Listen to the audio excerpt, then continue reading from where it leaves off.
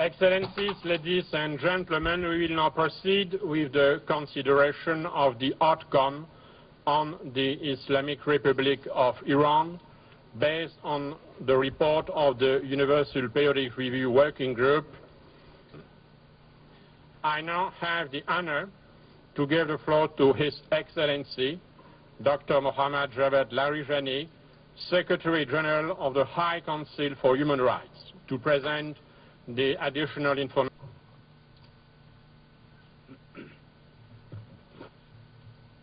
بسم الله الرحمن الرحيم.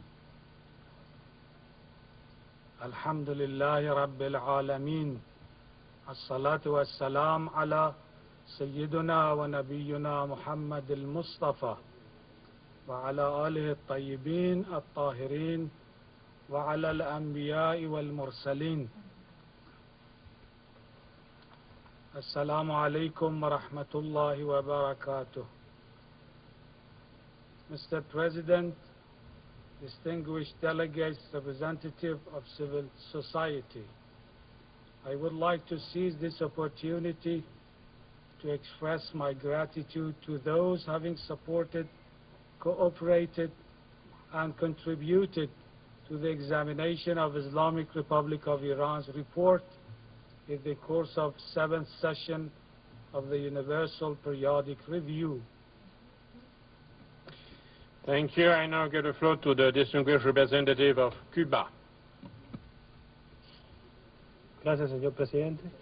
Damos la bienvenida a la distinguida delegación de la República Islámica de Irán.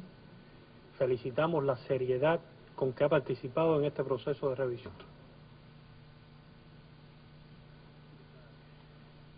Thank you, Mr. Chairman. This is a joint statement of Rencontre Africaine pour la Défense des Droits de l'Homme, Interfaith International, and the Al-Hakim Foundation. Mr. Chairman, I would like to bring the following achievements of the Islamic Republic of Iran to the attention of the Council. With regards to the rights of women, positive developments have taken place. We see a considerable development in the Millennium Development Goals in Iran.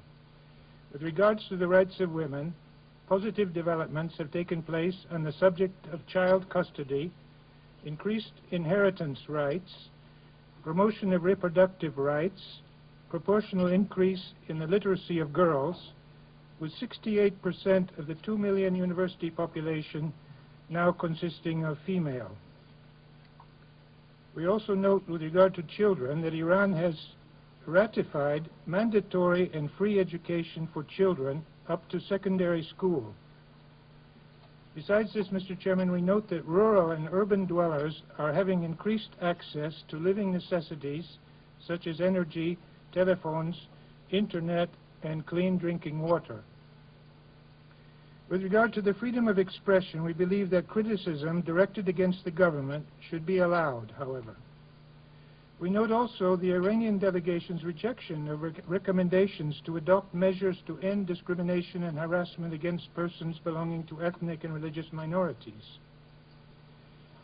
And, Mr. Chairman, the death penalty continues to be applied in political cases and disproportionately affects these religious minorities in Iran.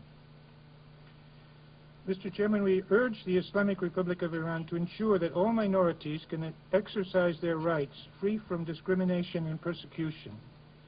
We also urge the government to promote freedom of association, freedom of the media, increased political participation, and particularly of minority groups, and to build a better society which embraces pluralism and based on pillars of democracy.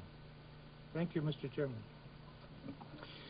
Thank you. I now give the floor to the representative of the Charitable Institute for Protecting Social Victims. Mr. President, we welcome the active participation of Islamic Republic of Iran in UPR process. The promotion of human rights in any country is a gradual and not a short-term and sudden process. Just as other countries whose human rights conditions have been reviewed, the Islamic Republic of Iran cannot claim to have not having any human rights shortfalls or issues. Without a doubt, there are certain issues in areas that Iran must work hard. Nonetheless, the considerable progress made in this area should not be ignored. Mr. President, in the recent years, positive and deep developments have taken place on the subject of child custody, increased inheritance rights, and equality of the of women. Remarkable increase in the literacy and higher education of girls, which has resulted in 68% of the 2 million university population being girls, the increasing presence of women in politics, and the change of society's view on women's capacities in various social economic fields are all advancements that cannot easily be ignored. Mr. President, Iran is in any way a signal voice society, and the cultural, ethnic, and religious diversity and their coexistence with each other shows that there is a good degree of tolerance in the country. Also, talking about prisoner statistics without considering their crimes, and also just claiming that all of them have been imprisoned without going through the legal process or sentences have been issued against them are completely false, are all matters that no fair logic would accept. Mr. President, human rights is in generally a collective of political, civil, economic, social, and cultural rights, and the alienation or separation of just one of these headings without paying attention to the generality of human rights is wrong. Thank you, Mr. President. Thank you. I now give the floor to the representative of Child Foundation for